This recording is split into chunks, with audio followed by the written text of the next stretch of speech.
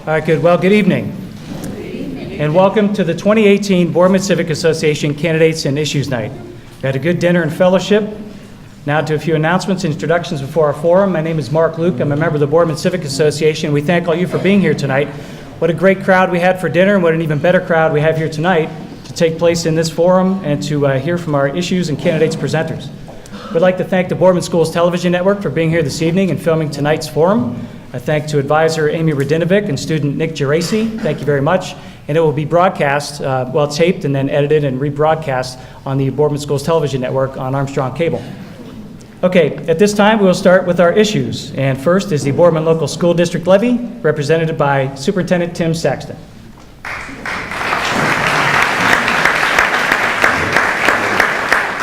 Thank you, Mark, and thank you to the Civic Association for the opportunity to speak. I'm the lead-off batter, so I want to set the tone. I'm going to see if I can do this in 60 seconds, because usually I can ramble, and it's very easy to talk about the Boardman schools. But first of all, big thank you to all the Boardman taxpayers in here for last May. We made a commitment to our community that we put together a new levy issue that would ensure the fiscal soundness of the schools for 10 years. And we want to honor that pledge. So for our Boardman taxpayers in the audience, we thank you for helping us with that commitment. Now here in the fall, we have a 2.4 mil renewal, which raises $1.9 million, first passed in 1984 and has been renewed a consecutive 10 times. That renewal will help us to honor that 10-year pledge we made back at the State of the Schools in March, and you guys confirmed at the ballots in May. And we had some good news starting off the school year. Back in the spring, U.S. News and World Report ranked Boardman High School as a Silver Award, which was the highest ranked high school in Mahoning Valley. And then niche.com followed it up a couple months later, saying Boardman High School was the #1 high school in Mahoning Valley. And the final piece of good news that we got, Stadium Drive Elementary is up for a Red Ribbon Award, which is a federal honor. We should have the final results of that in about a week or two. Honor for them, because they're only one of 14 schools in the state of Ohio to receive that award and have an opportunity to go down to Washington, D.C. to be honored. So to help us honor that pledge we made, that 10-year pledge, we'd appreciate your support for this renewal in November. Thank you.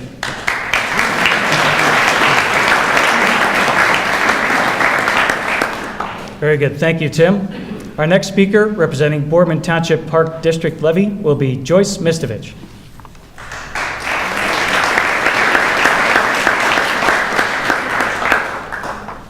Hello, everyone.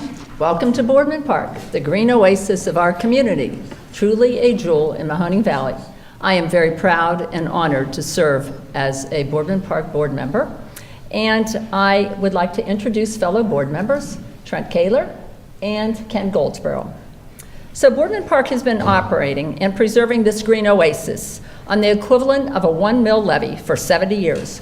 We recently learned that according to the Ohio Park and Recreation Association, of which Boardman Park has been a long-standing member, of which consists of 2,000 parks in Ohio, Boardman Park is the only park in Ohio that is operated on the same tax millage for 70 years, the only one. We are very proud of that. While operating on a 1 mil levy, the size of the park has tripled, and the support of the community, we have been able to, with that support, do and complete 23 major capital projects. We're extremely grateful to the generosity of this community and very proud to say that 80% of the funding for those projects come from donors and from grants. Since our beginning in 1948, the mission of the park has been to provide the community with a diversity of recreational and educational opportunities, as well as to preserve habitats for green space and untouched green space. I can tell you that every one of our park staff and board members is truly dedicated and passionate about this community and the opportunity to serve in the green oasis. And I can tell you that the park board is truly good stewards of the money entrusted to us. So why am I here today? On the November 6th general election ballot, Boardman Park will have the renewal of an existing 3/10 mil levy and an increase of a 3/10 mil levy. So one is a renewal, and it's been around for a while, and the other is an increase. The increase is specifically marked for capital improvements, period. So what does that mean for a Boardman homeowner? The renewal of the existing 3/10 mil levy will cost the owner of a $100,000 house 2 cents a day. The additional 3/10 mil, which will then total to 6/10 millage of our levy, will cost the owner of a $100,000 house 3 cents a day. So, for under $18 a year, your support will help Boardman Park continue to grow to be the great place that it is today. The Boardman Park staff, as well as our board, is very committed to fulfilling our mission, and we have a very serious plan, a capital plan in effect for the 3/10 capital mill. So, Plan 1 is to renovate and update the existing facilities and grounds of the park. Many have become antiquated. So we have actually restrooms that are 50 years old, that are not under guidelines of universal design and are not ADA accessible. Those need updated. Playgrounds also follow universal design. They are 20 years old, and those playgrounds need updated. We also have this beautiful facility, which we had major donations from our community. We ate in the part that is not updated. So through your support, we will be better able to update the other half of this facility. Boardman Park continues to be a very popular recreational and educational space. Our 2017 record indicates that we had 500,000 people enter our park last year. We thank you for the support you've given and ask you to continue to support on the upcoming levy. Thank you, and have a great night.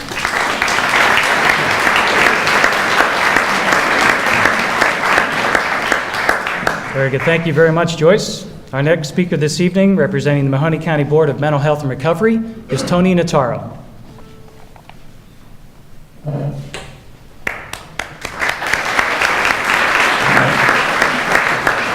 Thank you. Good evening. Thank you for having me. I see a lot of familiar faces here. I especially want to recognize 2 of our board members, Mr. Bill Gambrel, Mr. Eric Gongaro. We appreciate your service to us. We have an issue on the ballot in November, issue 2, which is a renewal with an increase.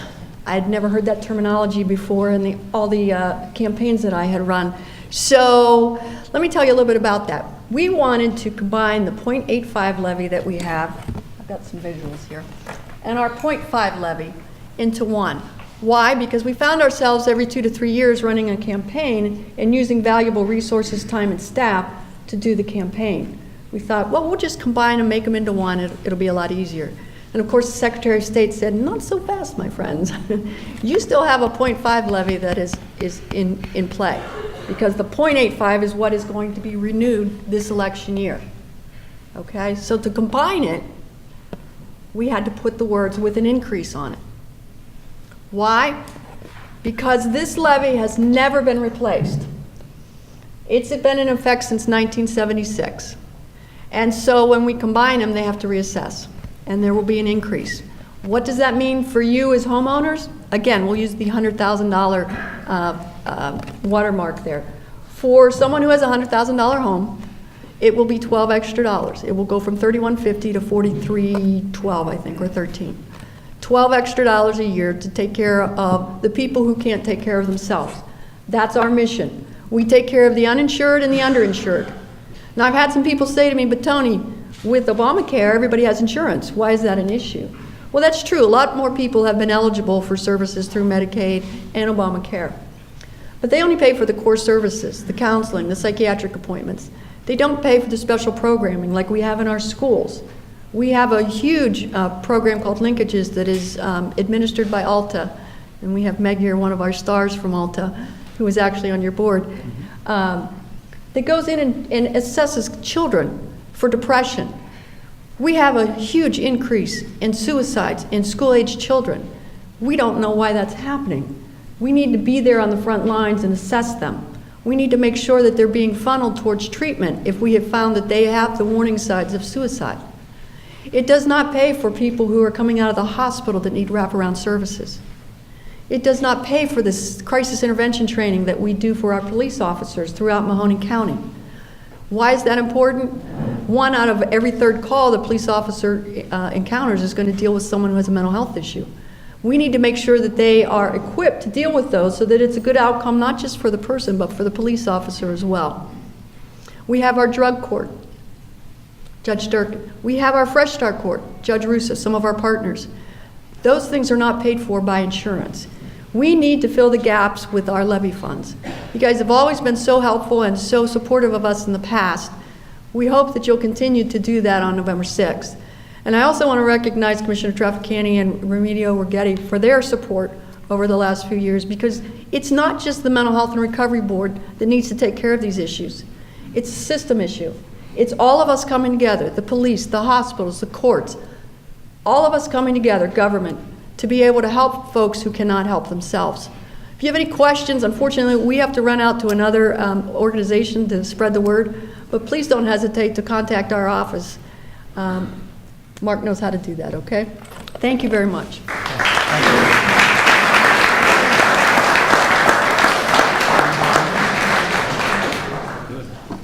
Thank you very much, Tony. Our next issue before the forum this evening is for the Mahoning County Children's Services, and speaking will be Jen Kolar.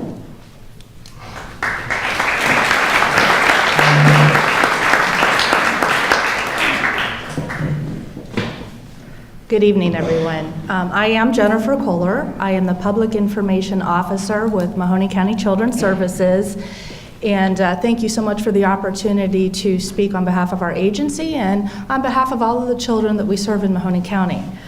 Mahoning County has always enjoyed strong community support for its mission. We're extremely grateful for the community's generosity and for recognition that communities thrive when every child has a safe, permanent, and nurturing home. So this year, we have a $1.85 million levy. It's a 5-year renewal, so it simply continues at its current level and will not result in any new taxes. The effective valuation is $7.6 million. Property taxes are the primary way in which the community financially supports its children's services. So this levy represents 60% of our operating budget. Some of the other sources of revenue are a blend of federal, state, and other local sources. One of the reasons why it's so important for the passage of this levy, not only because it's our operating budget, 60% of it, but as you know, we are in the midst of an opioid epidemic across the state and locally. So Mahoning County's children have really become the invisible victims of the opioid crisis. The crisis is having a significant impact on the demand for all of our services in almost every aspect of what we do at Children's Services. An increase in children in foster care, an increase in demand. Our cases are becoming more complex, more demanding. Children are lingering in foster care longer due to parents relapsing, and all of the other issues that go along with families in crisis due to drug use, especially the opioids here in our county. But in addition to the human toll this crisis is taking, it's also having a fiscal impact. Therefore, in order to ensure that we have the resources necessary to respond effectively and efficiently for all the children in our county, we have to make sure that we are in a position to protect and keep these kids safe for the next 5 years. So we're really asking the public to recognize the need, and on behalf of all the children that we serve, we really would appreciate a yes vote for our renewal. Thank you very much.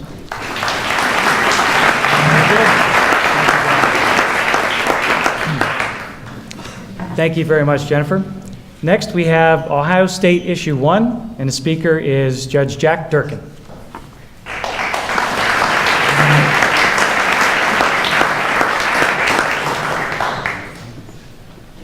Thank you, Mark. Good evening, everyone. First of all, it's been an honor to serve as a judge in the Mahoning County Common Pleas Court for the past 21 years. In that time, I've seen the need to punish, sentencing defendants who've been convicted of offenses like aggravated murder and rape. But I also firmly believe in the need to provide treatment for those people who suffer from an addiction, having created the second drug court in Ohio in 1997. Issue 1 sounds incredibly promising. Let's provide treatment to nonviolent offenders and reserve prison for the violent. It sounds promising until you read it. State Issue 1 would make all drug possession offenses a misdemeanor 1. Not just marijuana, cocaine, methamphetamines, but date rape drugs such as roofies and ecstasy, and all opioids, heroin, and even fentanyl. In fact, if State Issue 1 passes, someone can possess up to 20 grams of fentanyl and only be charged with a misdemeanor.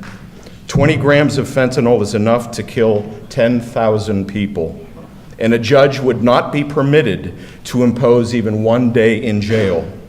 A judge must impose probation. If State Issue 1 passes, say goodbye to felony drug courts.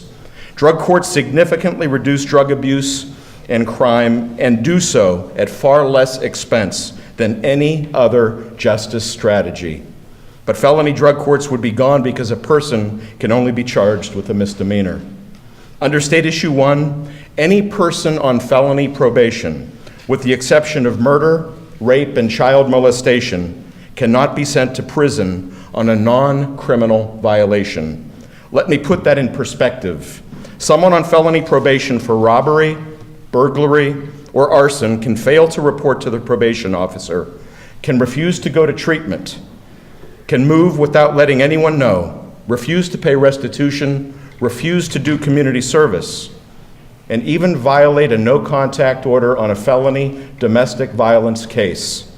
And a judge would be prohibited from sending that individual to prison. And this is a constitutional amendment, not legislation. Constitutional amendments cannot be modified or changed without an additional statewide ballot. Not a single word. And unanticipated changes are always necessary when they involve broad sweeping legislation. Ohio has been very smart on crime. Ohio's recidivism rate is less than half of the national average. We have over 100 drug courts in our state, and judges currently do not send low-level nonviolent offenders to prison now at sentencing. Issue 1 sounds appealing, and although it may be well-intentioned, the unintended consequences would be devastating. Thank you.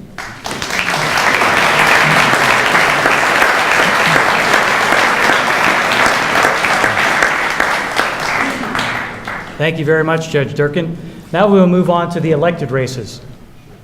What we're going to do with each elected races, there are multiple candidates for each race. So what I'm going to do, instead of cycling back up and you seeing too much of me this evening, okay, what we're going to do is wake up. Dinner got you all full, and come on, let's pay attention here. Okay, so as I announce a race, there are 2, 3, 4, 5 candidates. Just come up in alphabetical order, introduce yourselves, and we'll go through the form. It'll move on a little quicker that way.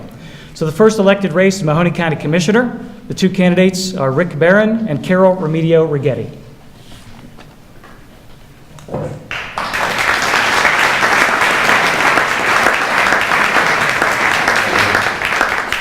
Thank you. I want to thank everybody for putting this on tonight. And I want to thank God above anything else. All of us in this room are blessed that we have another day on this planet. So that being said, I want to thank Jack for that last with that. I agree, the opioid epidemic is a mental illness and it needs to be treated as such. I have a personal stake vest in this because my mom was a prescription drug addict I grew up with. When my dad came back from Korea, my grandmother said that he wasn't quite the same. Today it would probably be PTSD. So my mom, dealing with it, goes and gets Valium in the 1960s.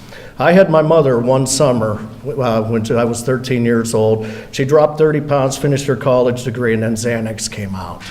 When Xanax came out, we buried my mother with over 200 pill bottles in her home, bouncing between doctors. A good friend of mine that's running for rep here, Don Manning, and I got into an open forum on Facebook. If anybody knows us, we answer each and every single question honestly. That's why I do not have a prepared speech tonight. I was going to open up with something different tonight. Jack is spot on. We need to take somebody, and if they are mentally incompetent and they are a danger to themselves and they get Narcan, then they are in possession. They need to have a jail cell or voluntarily go in and receive the treatment they desperately need. As such, we may be able to get the Medicaid system or whatever to pay the financing for, and I'm sure Dawn will address anything we need. We're on Facebook 24/7. Like I say, there was a hurting individual that got into a conversation with Dawn and I probably had 500 or 600 messages from recovered addicts that are agreeing with me on this, that they wish that somebody would give them the option of either the police record, being locked up, or get rehab on that. Now, that said, our county's in a mess. We have 22% of the families worried about putting their children in bed every night with enough to eat. I was one of those children with a drug addict mom. I was lucky, I was fortunate, had an uncle, got into a union hall, had a daughter born premature, hemorrhaged really bad. She's a success. She's graduated cum laude. She's an LSW, 4'11", no left hip, has seizures, has my grandson, and she's setting the world on fire because we had great hospitalization on it. She's now a Republican and against Obamacare because a working family will never, in this position I was in, will never have another child that will get the same care that our daughter did with insurance and backup insurance, Mayo Clinic, and you have it. My past has made me extremely successful, and when I was asked to run with Don and Mike Ruley and everything, they knew I had the tenacity and backbone to take on everything we need to do. So that being said, every tax that you're coming up here sounds really good, and I know we need it, but we've lost almost 13,000 people in this county in the last 10 years, according to U.S. Census. Our auditor is the most fantastic auditor this county's ever had. No one will deny that. If you go on our public transparency site, the auditor is set up and look, our tax rate at $9 per every $1,000 of real estate value has gone up to $14 for every 1,000 over the last 8 years of the commissioners being in office. Our engineers have lost $3 million a year, and the commissioners are spending around $2 million a year more. Every time we ask for a tax in this county, the average wage of the citizen of Youngstown is $14,700 a year, according to the Business Journal. You are asking somebody who's making $10 an hour to pay more taxes. So that's my platform. Thank you. Okay.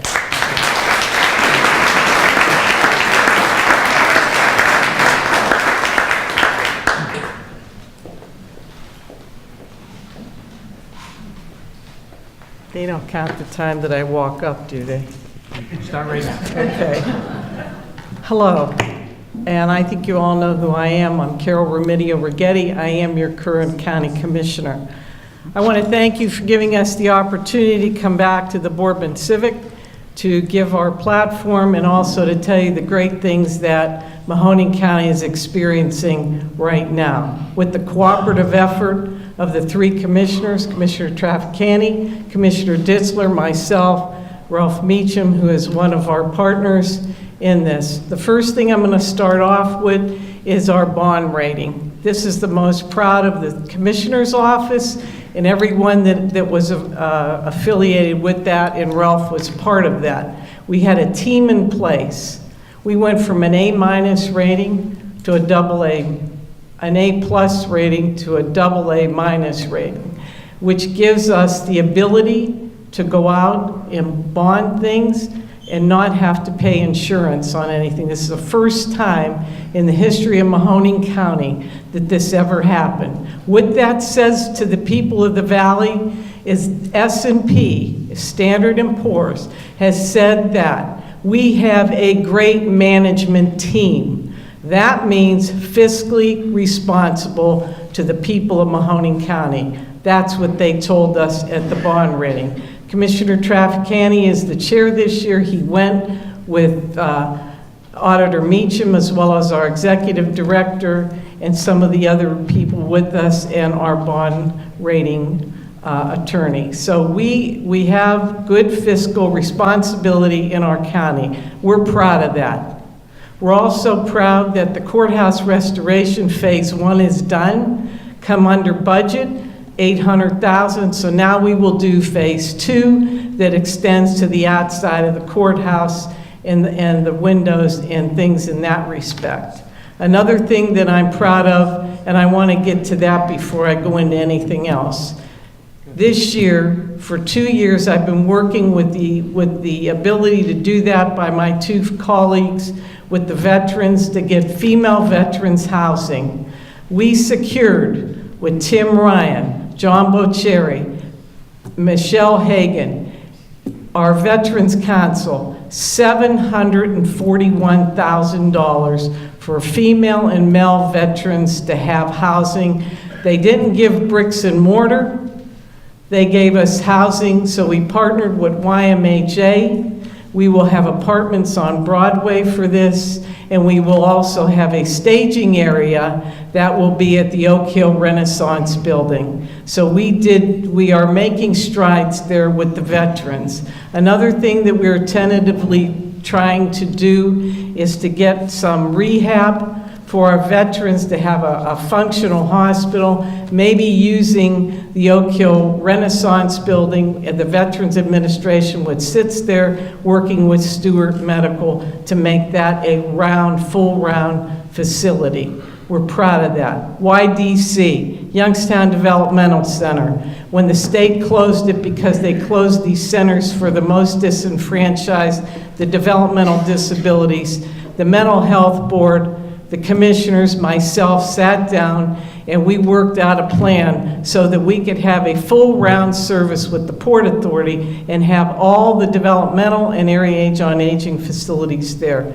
I want to thank you for giving me the opportunity to come here. And I want to read to you what I have on my card, and then I'll get the hell out of here, because I think I'm getting the X. We are a county rich in tradition and history, a vibrant past, and a very hopeful present, with the future that depends on all of us. I appreciate this. Thank you very much for giving me the ability to come here. If you have any questions after, I will be here. Thank you.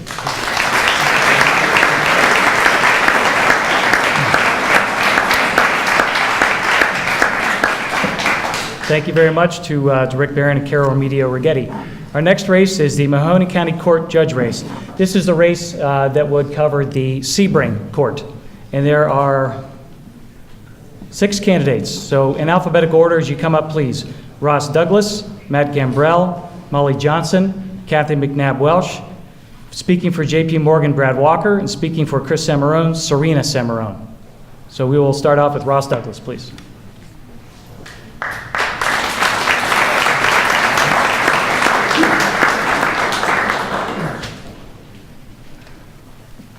Good evening, everybody.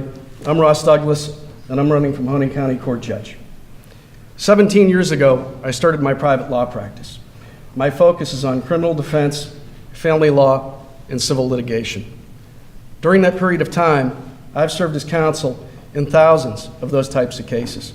I've represented individuals that have committed crimes. I've represented individuals that have been in need of a lawyer that handles civil litigation. Folks, the primary purpose of a county court is to preside over misdemeanor criminal matters. Cases like domestic violence, assault, theft, obstructing justice, menacing, and misdemeanor possession of marijuana. My 17 years of practice handling these types of matters has prepared me to be the judge. Now, there are a few things that this type of court does not do. There's been a lot of talk of serious felonies. Judge Durkin talked about serious felonies tonight. If you commit murder, if you commit rape, if you exploit a child, if you commit a high-level felony offense, what will happen to the case? It will be transferred to the Court of Common Pleas. This court does not have jurisdiction to handle these types of matters. The other thing, and I was going to touch on issue 1, but Judge Durkin, you did a tremendous job, and thank you very much for handling that issue for us tonight, is drug court. Drug courts are very popular. Drug courts have been very, very successful. I recently read an article by Supreme Court Justice Maureen O'Connor, and it's apparent that issue 1 would strip the judges from making these courts successful because the penalties would not be such that people would be incentivized to follow through with treatment. So the Supreme Court adamantly opposes and will not allow a misdemeanor drug court program. So what we'll be left with in the state of Ohio is is no treatment alternative through the criminal justice system for these offenders. In addition, the state of Ohio, as a result of issue 1, would have very lenient laws as compared to other states in the union. So we could easily end up in a situation where the state of Ohio is a haven for drug addicts and drug dealers, not a situation that we would look forward to. I'm asking you to research issue 1. I'm asking you to research the candidates in this race. There are 6 of us. There are 6 people that are running for this position. I've been practicing for 17 years. I've had 17 years in a courtroom. This is a position that requires you to have that type of experience. So please go on our websites, go on our Facebook, and check us out. I look forward to your vote on November the 6th. Thank you.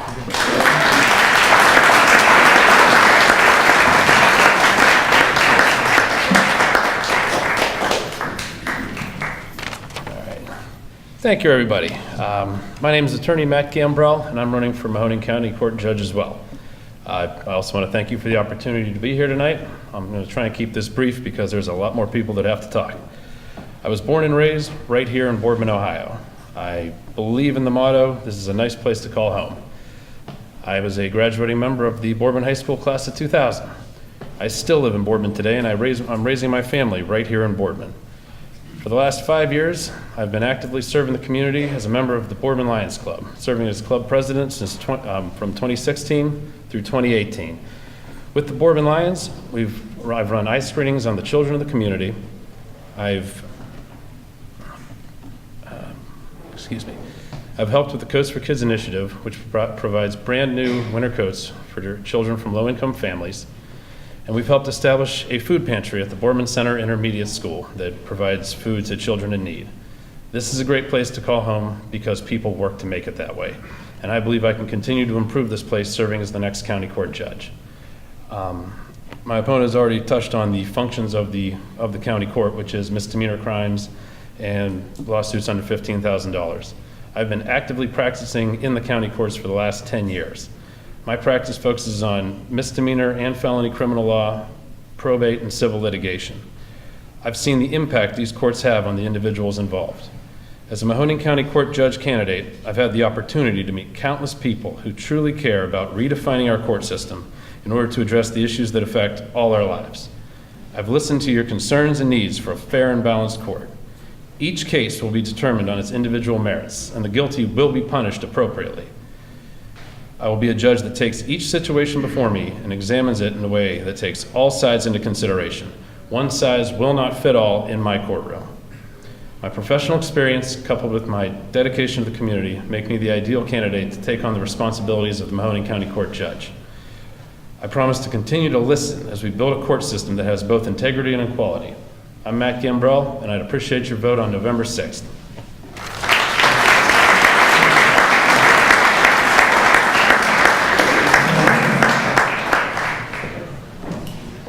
Hi everyone, thank you so much for having me this evening. I'm Attorney Molly Johnson. I'm also running for County Court Judge. I am a 4th generation attorney. My family's from Canfield. You probably have heard of my family firm, Johnson & Johnson. We're gonna be 100 years old here in 2021, which is something that I take a lot of pride in. My great-grandfather was in the Ohio Senate. My grandfather was on the Court of Appeals. The Johnsons have been serving this community for 4 generations. And that's great and all, but what have I done for you lately, right? Well, I've been preparing for this my whole life. I went to Youngstown State University. I went to Harvard University. I ultimately graduated from Denison University. I have honors in Spanish and communication. I'm also fluent in Spanish. I went to Akron Law School. The folks at Akron liked me so much that they hired me. I'm an adjunct faculty member at Akron Law School. Take a lot of pride in serving my community in that way, and I see a lot of attorneys in the room tonight that attended Akron, so that is a direct benefit to our county as well. I am also a 2-time president of the Mahoning County Bar Association Foundation. I'm the youngest Bar Foundation president in history. I sit on the board of trustees of the YMCA. I'm also the youngest trustee of the YMCA in history. To say that I have served my community would be a massive understatement. I take a lot of pride in that. With respect to this particular race, what is my experience? Well, I have 3 certifications in drug and substance abuse, including one in public policy by the World Health Organization. I'm certified twice over in child sexual abuse. And with respect to what type of cases are heard in the county court level, county courts impact families. You've heard the term misdemeanor thrown around. Domestic violence, I would say that children are impacted in domestic violence situations. You also heard the issues about issue 1 and issue 2, that children are the victims of this opioid epidemic. To say that children are impacted and those certifications that's absolutely true.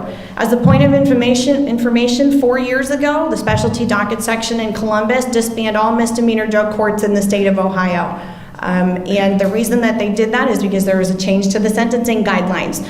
By law, right now, in order to establish a misdemeanor drug court, the minimum sentence for a drug court is a 12-month program.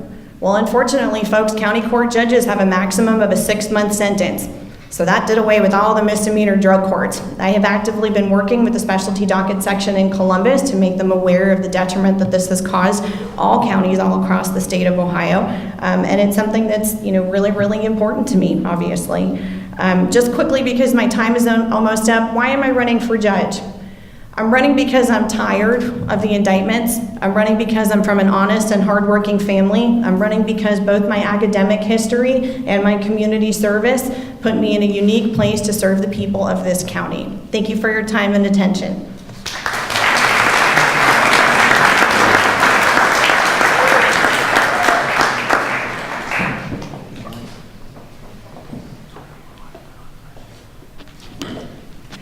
Good evening. My name is Kathy McNabb Welsh, and I'm running for Mahoning County Court Judge. Wow, there's a lot of people in this race.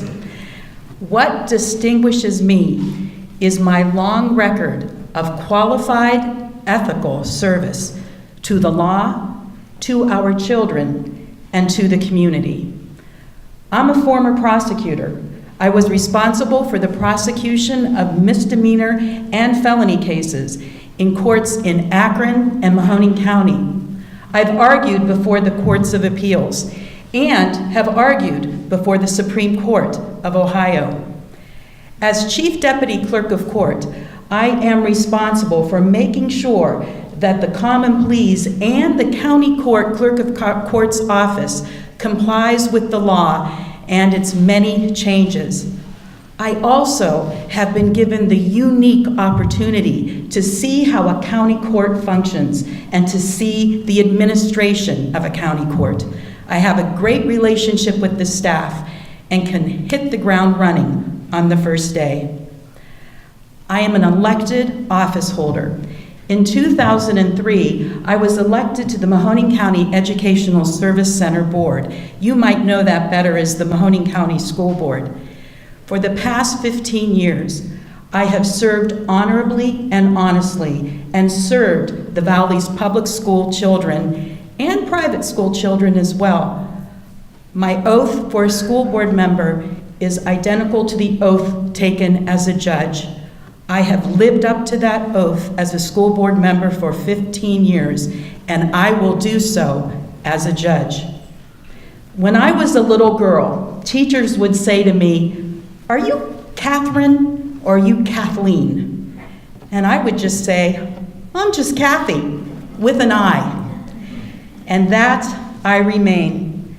The young girl who was instilled the values of hard work, honesty, and integrity has used those values, and those have guided me throughout my professional, my personal, and my elected life experience. And I will use them as your next county court judge. I will not change. I will not let you down. My name is Kathy McNabb Welsh, that's with an I, and I would so greatly appreciate your vote on November 6th. Thank you very much.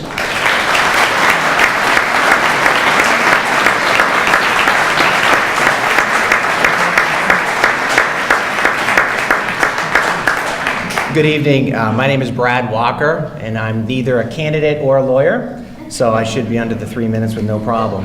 But I'm here on behalf of my dear friend J.P. Morgan, who is also running for Mahoning County Court. He could not be here, unfortunately. He's at a fundraiser raising money for an election that cost too much money, as Molly and I were talking about. But I wanted to just talk for just a moment about JP and his family. And, the tendency here for me is to come up and recite his resume to you. And frankly, as I have got into this election the last couple of months, I realized that this is an incredibly talented group of candidates. Every single candidate is extraordinarily talented. I think we're blessed to have this group of people running for this important position. So they're all talented, they're all accomplished, they all deserve this position. So what differentiates these candidates? And I just want to give you one thought, this concept of integrity.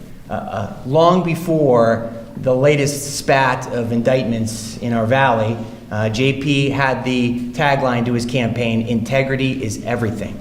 And integrity is everything. That concept of doing the right thing when no one is looking. The concept of not taking advantage of an opportunity, even though the opportunity is right there in front of you. Integrity. It's so important. And I don't want to suggest that the other candidates don't have integrity. Not at all. You talk to them for 5 minutes, you realize these are people of integrity. I can only speak on behalf of this man, this father of 6. Where does his integrity come from? If he was standing here, he would say probably mom and dad, father and mother have owned a furniture store in this valley for 30 plus years. He would probably say his 17 years of legal work that he's done. But he would also say to you unabashedly, it's his faith. He's a man of faith. And when you are a Christ follower, you take on the character of Christ. When you take on the character of Christ, you follow his teachings. Do unto others as you would like to be done to you. What you do to the least of these, it's as if you did it to me, the Father. So this concept of integrity, and it breaks my heart to see what's going on in our valley. Indictment after indictment after indictment. We have to elect people of integrity to these important elected positions. It has to change. So I just would suggest to you that you review the candidates carefully. It's a great group of people, but I would say a great start for our valley would be J.P. Morgan for judge. Thank you so much.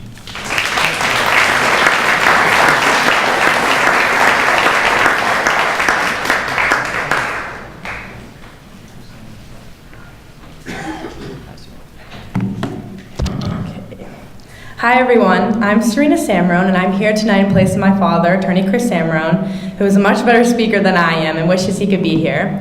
Actually tonight he has a board meeting for the Board of Developmental Disabilities and who he is counsel for, so he wasn't able to attend and he apologizes and wishes he could be here again. To tell you a little bit about my father, him and my mother have been together for 25 years and they have 5 beautiful children together. He's a fantastic leader with great integrity and has inspired me to want to become an attorney myself when I head into college next fall.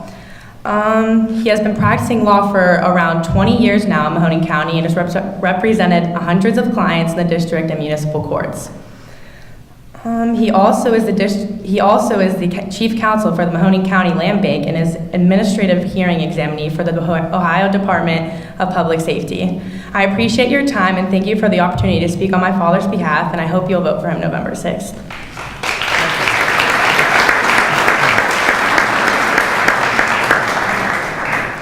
Very good. Thank you to all of the speakers, candidates for the Mahoning County Court Judge. Our next race is the 7th District Court of Appeals.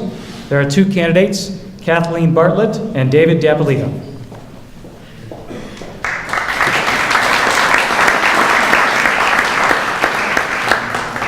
Good evening, everyone. Thank you all for coming out tonight. I appreciate the value of an informed electorate. I am Kathleen Bartlett, and I am your current judge at the 7th District Court of Appeals. I guess I'll just start with why I'm running to keep this position. The reason is pretty simple. I believe that we need honest, hardworking judges with integrity on the bench. I started practicing law way back in 1994. Since then, I've had the privilege of practicing in front of some really great judges who believe in our judicial system and who work hard every day to try and get it right. Unfortunately, I've also had the misfortune of practicing in front of some really bad judges. Judges who are just going through the motions, pushing files, cases, and people through the system without regard to the real people represented by the files and the pleadings. Additionally, I live in Mahoning County like all the rest of you, and it has been common in my lifetime to see judges, attorneys, elected officials, and prominent businessmen indicted time after time for corruption and wrongdoing. It's actually happening right now. We're all well aware of that.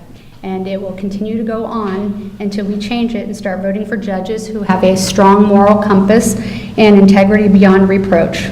We have to say that enough is enough. Now, prior to my appointment to the Court of Appeals, I was a full-time magistrate for Columbiana County Court of Common Pleas for over 12 years. I was also the magistrate in the Latonia Mayor's Court for over 22 years. And prior to that, I was in the private practice of law for 12 years. At different stages of my career, I have issued protection orders for victims of sexual assault, domestic violence, and child abuse. I've been a guardian ad litem representing the children in our courts, and I have struggled and lost sleep trying to decide what to do with the family farms or businesses and who to give the children to in a divorce. I've heard cases involving drunk drivers and drug use and abuse. But at all times, I have faithfully, diligently, and honestly performed my judicial duties to the best of my ability. As a judge and as a magistrate, I have always been cognizant that each pleading, each file that crosses my desk represents someone's life. The case or issue may seem like a minor matter to some of us, but for that person going through that legal matter, it matters greatly to them, and therefore it matters greatly to me. On a personal note, I've been married to my wonderful husband, Alan, for over 23 years. We believe in the sanctity of marriage and that the family unit is still the cornerstone of our society. We've lived in Mahoning County for our entire life. We're proud to be residents of Mahoning County, and I am honored to serve all of you as your judge. Thank you for being an attentive audience. It's been a pleasure.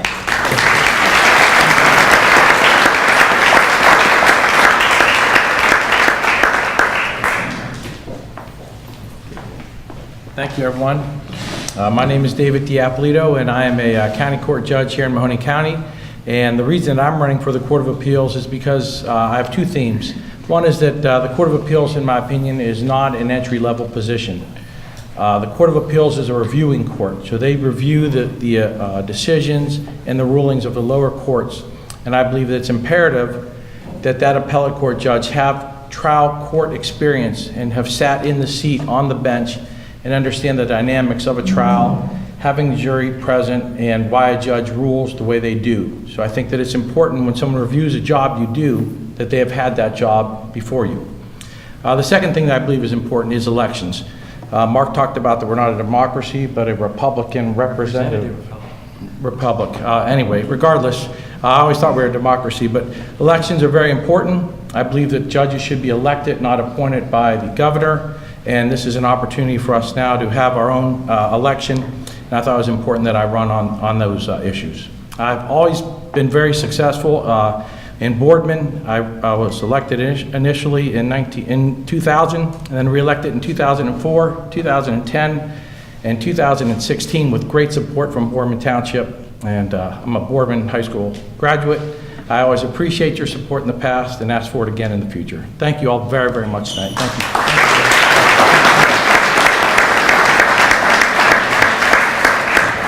Very good. Thank you to both candidates for the 7th District Court of Appeals. Our next race is the Ohio State Senate 33rd District. The two candidates are John Bocheri and Michael Ruley.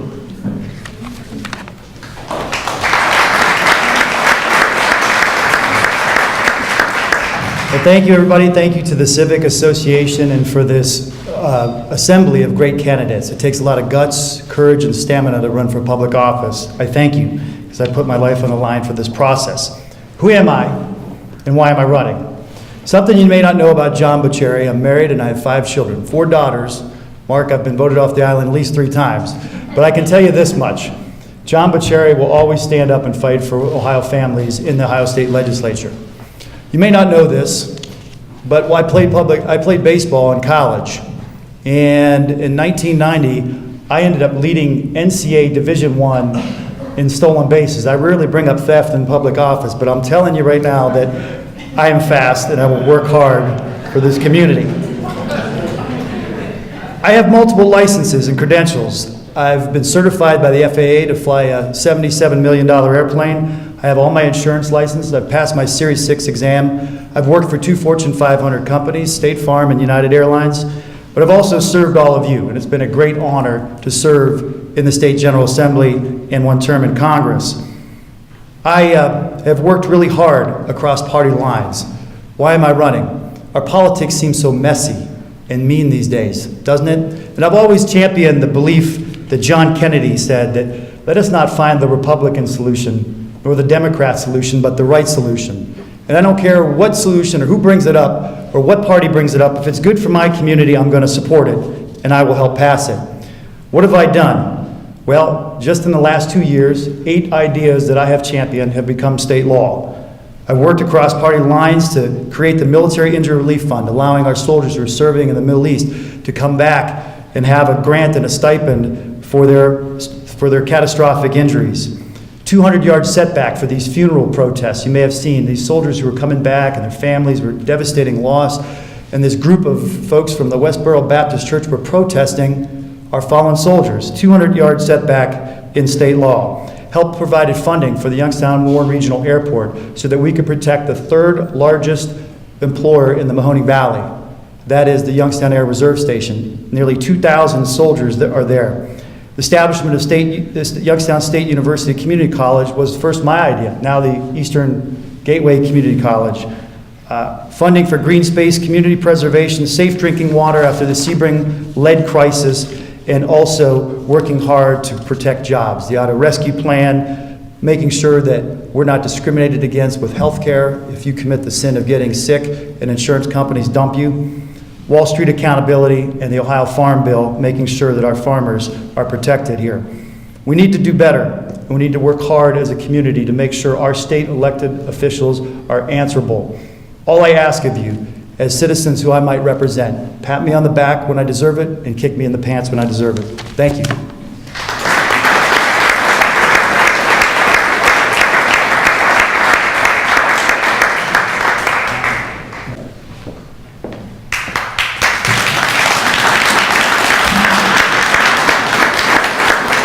Thank you, everybody, for coming. I want to thank John for a great speech. It was lovely. I'm Michael Anthony Ruley. I'm the 3rd son of Frank and Louise Ruley.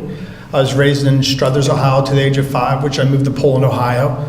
Went to Poland High School, K through 12. While I was at Poland, I was on the speech team. I was 2nd in state in debate, 4th in the state in extemporaneous. Graduated from Poland, I went to Emerson College and got 2 degrees. Got a degree in speech and a degree in business communication. That was my first glimpse of politics. I worked for Joe Kennedy Jr.'s campaign in 1989. It was a really wild and fun time. I got a taste for politics, but after graduation, I decided to come back and get involved in the family business. In 1993, I became director of operations of Rowley Brothers Supermarkets, and in the course of that time, I have really tremendously increased the business as far as volume, and as far as locations, and as far as interaction with the public. I feel very honored to carry on a tradition of a 100-year-old store. Now, then I needed to find a place to live. I chose Leetonia, Ohio. It's a little sleepy town. It reminds me very much of an old Poland from the 1950s, which I found very romantic. Well, in Leetonia, I joined the St. Patrick's Church, where I became a 2nd-degree Knight of Columbus, which is something I'm very proud of. But what I didn't know is at that time that St. Patrick was under extreme financial difficulties. So along with some of the wonderful women of St. Patrick's, we formed the Pierogi Committee. And the Pierogi Committee helped save St. Patrick's, the oldest Catholic church in Columbiana County, something I'm very proud of. Now, that was the launching pad of my political career, because during the process of my Pierogi Committee, I was asked to join the Leetonia Levy Committee. And what a rude awakening I got. We lost 2 levies when I got on the levy committee, and we would lose 3 or 4 more. And I couldn't understand why until I started knocking on door after door after door. And people would say to me, Michael, I make $17,000 a year. How could I pay more taxes? My heart sank, and I didn't have the answer. So I started going to the board meetings. And what I found was incompetence and wasteful spending, to the point where it made me sick and chose to run for the Leetonia School Board, which I was rewarded by being elected to 2009 Leetonia School Board by a record amount of votes. From the course of 2009 until 2017, in 2009, Leetonia was in physical watch, 463,000 in the red. Now, with Rulli Brothers and the church in Leetonia, I spent my life having my back up against the wall on how to fix good problems. When a problem is so severe, you really have to sharpen the pencil. You have to look at every possible angle of a solution for these horrific problems. In Leetonia, we did a lot of different things.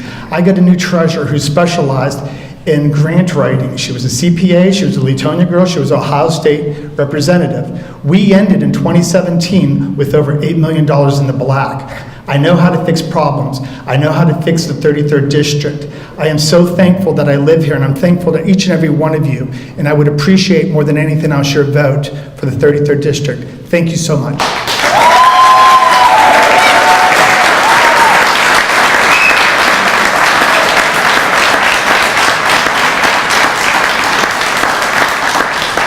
Okay, thank you to both candidates for the Ohio State Senate 33rd District. Our next race is the Ohio State Representative 59th District. Two candidates, Don Manning and Eric Ungaro.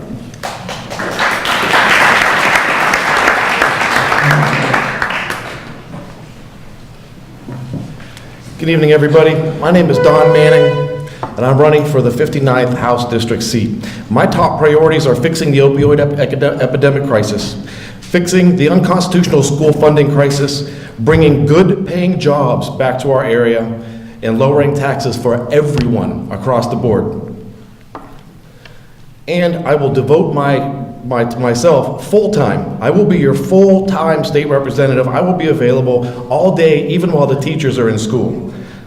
I didn't bow down and kiss the ring of corrupt union bosses and ask permission to run for this office, and I will not take advice from a self-appointed, partisan left-wing adversary community that wants to raise your taxes and take away your right of school choice.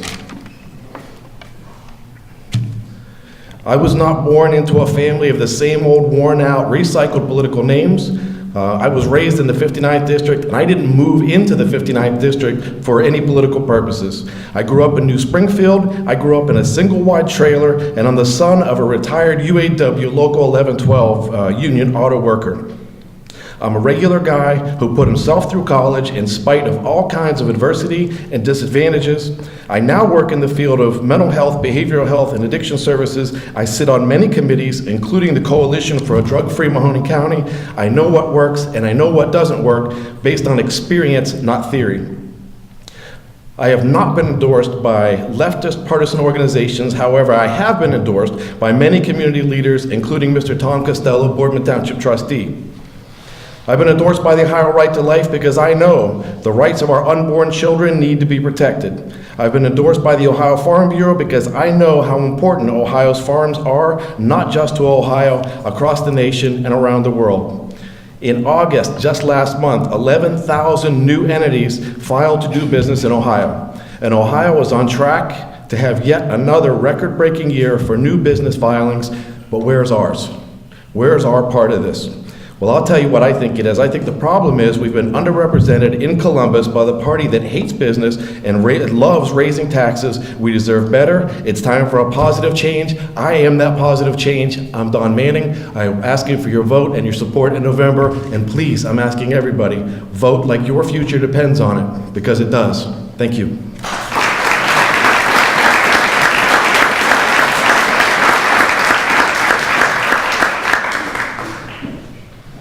I will say this, I like the fact that in 7 years, not 700 years, Judge Durkin, we've had almost every candidate talk about the opioid epidemic, correct? 7 years ago, when our family was plastered, I know we're a great family, we're entitled and all this other stuff. When we were plastered all over the paper with my brother overdosing on 5th Avenue, they were considered bums. They were considered pieces of crap. You probably didn't talk about it a lot. It wasn't popular to talk about. So now we're going to just kind of go down this road, because I know I got a lot of passion, because what I talk about here is real. It ain't made up. It's what you do. It's what you've done. There's my man, Coach Vinny Peterson back there, who works for Timmy Ryan. What do we always say? Show me what you've done, not talking about it. I'm Eric Ungaro, got a beautiful wife, 2 daughters. born and raised in Youngstown City, been a 28-year special ed teacher and varsity football coach.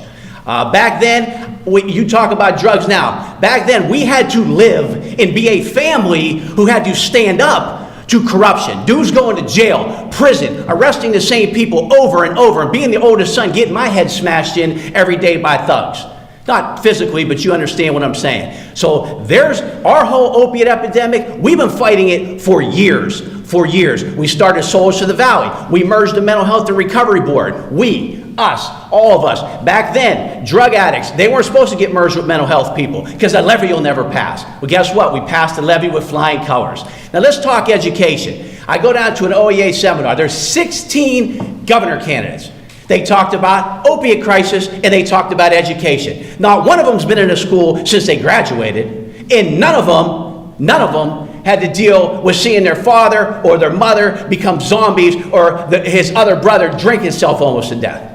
So I think what I'm going to bring down there is real. You talk about testing. I could look at Mr. Saxon. We've had 4 tests in 10 years. You know how much money that's wasting? A lot. We could talk about ECOT. I'm not going to get cute and tell you how many laptops we could buy. I know there's 10,000 kids that didn't go to school. They didn't have a chance to talk to a counselor. They didn't have a chance to get their lives saved. So you know what's going to happen to them? They're going to be out there struggling. We have to address these issues. I believe that I could address them because of who I am. Why am I here? I wasn't chosen to be here. As a matter of fact, I even won the endorsement and didn't even get help. We just worked hard. We worked hard and we sent our message.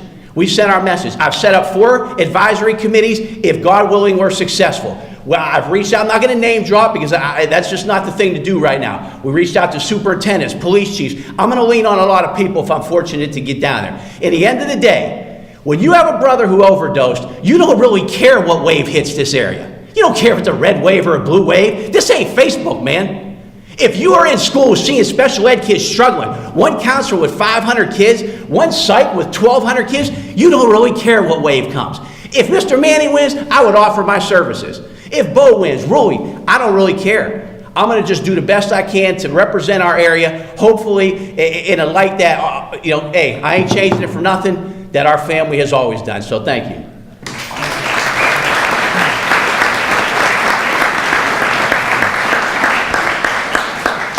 Okay, thank you both. Those were the candidates for the Ohio State Representative 59th District. And for the Ohio 13th Congressional District, 2 candidates, Chris DePizzo and Tim Ryan.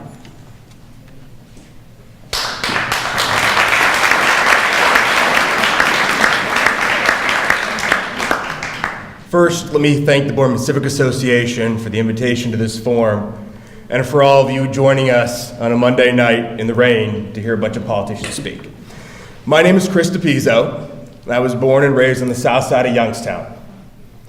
Started my first job at 13, went to Cardinal Mooney High School, then with the help of scholarships became the first member of my family to graduate from college, went on to the University of Pennsylvania Law School with a certificate from the Wharton School of Business. Why am I running for Congress in the 13th District? Because I'm tired of our area getting left behind. I'm tired of stagnation only happening in one place in Northeast Ohio. You know, I was at the Canfield Fair last year thinking about running, and I talked to a lot of government officials. And I heard a story, and it was that the 4th or 5th largest community in the 13th District, Boardman, didn't get visits from their congressman, didn't have a sit-down meeting to know what was going on in the community. There were no federal grants being delivered to Boardman, whether it be for the new fire station or infrastructure development. And that made me upset. You see, Boardman holds a special place in my heart. I grew up on Mistletoe Avenue. That's 1 block into Youngstown. And that means you're always looking into Boardman. You know, where violence was prevalent on the south side of Youngstown, in Boardman it wasn't. Where the schools were crumbling and failing and my parents had to take 2 jobs to send me to private school, well, they weren't crumbling and failing in Boardman. Where vagrant lots and overgrown fields were the norm in Youngstown, they weren't in Boardman. And so I've learned a lot in my life. I've learned that environment matters when it comes to raising a family, when it comes to how you grew up. And I've also learned that if you should demand and expect more of your public officials and of yourself, but to do that, you have to work hard. You have to give of yourself. So what my family wanted for so long, that struggle I got to see in person, That stays with me. That's a fight I get to see every day. So one of my prerogatives when I run for office, when I get to Washington, D.C., well, it begins here. And I'm not some Republican who pushes back on labor. No, I work with them. Today I met with a business executive who had over 400 employees in this area, and I walked the straight line with United Steelworkers in Brookfield, because that's what it takes in Northeast Ohio. We need those jobs. We need good paying jobs. Since January of 2017, America has gained 400,000 manufacturing jobs. And we've lost 2,100 in this district. We should demand more. I'm also going to bring accountability and transparency to the office. It means regular office hours, regular town halls, and a promised meeting, a guaranteed meeting with all 70-plus local communities in this district. Because Boardman's problems are my problems. Boardman's goals are my goals, and I want to work with them to get those accomplished. My name is Chris DePizzo, and I hope I can earn your vote in November. Thank you, and God bless.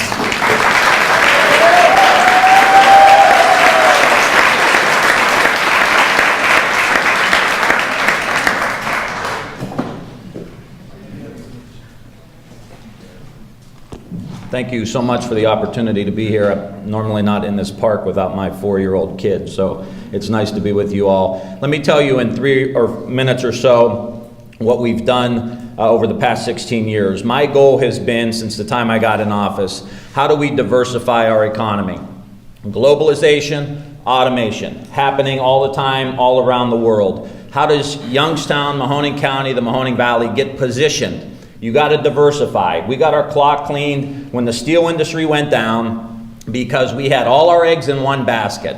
And so over the last 16 years, from the time I moved my office 16 years ago into the Youngstown Business Incubator, we've been diversifying this economy. Let's start with TJX. This project in Lordstown, it may not be in Boardman. It's going to be 1,000 jobs, $150 million in investment. People all over our community will work there, and it was dead in the water, and we got involved, and we helped save that project.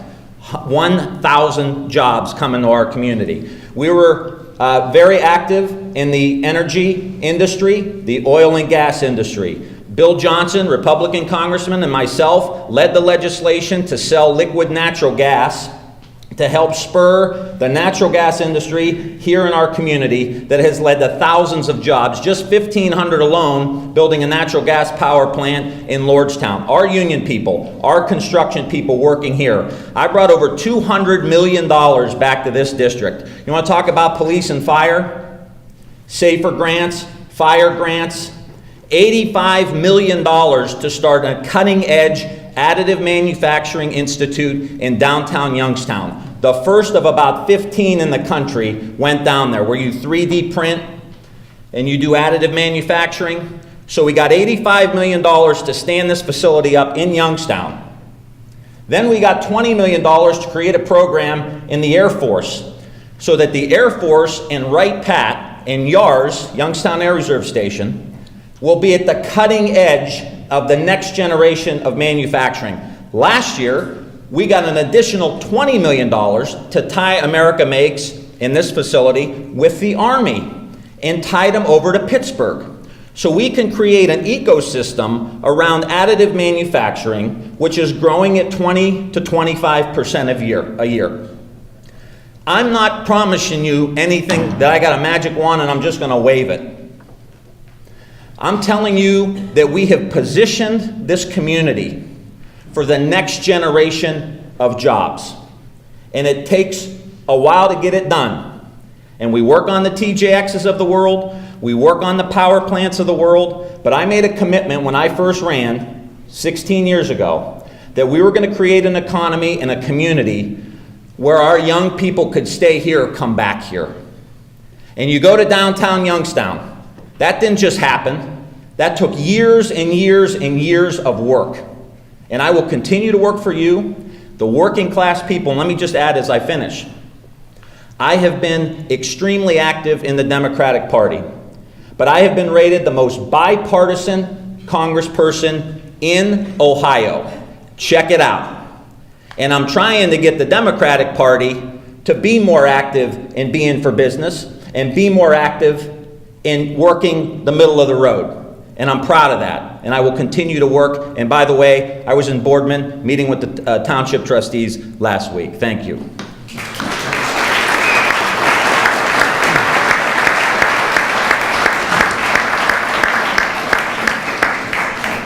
Okay, those are our candidates for the Ohio 13th Congressional District. Those are our last speakers for the evening. Anybody clapping for them?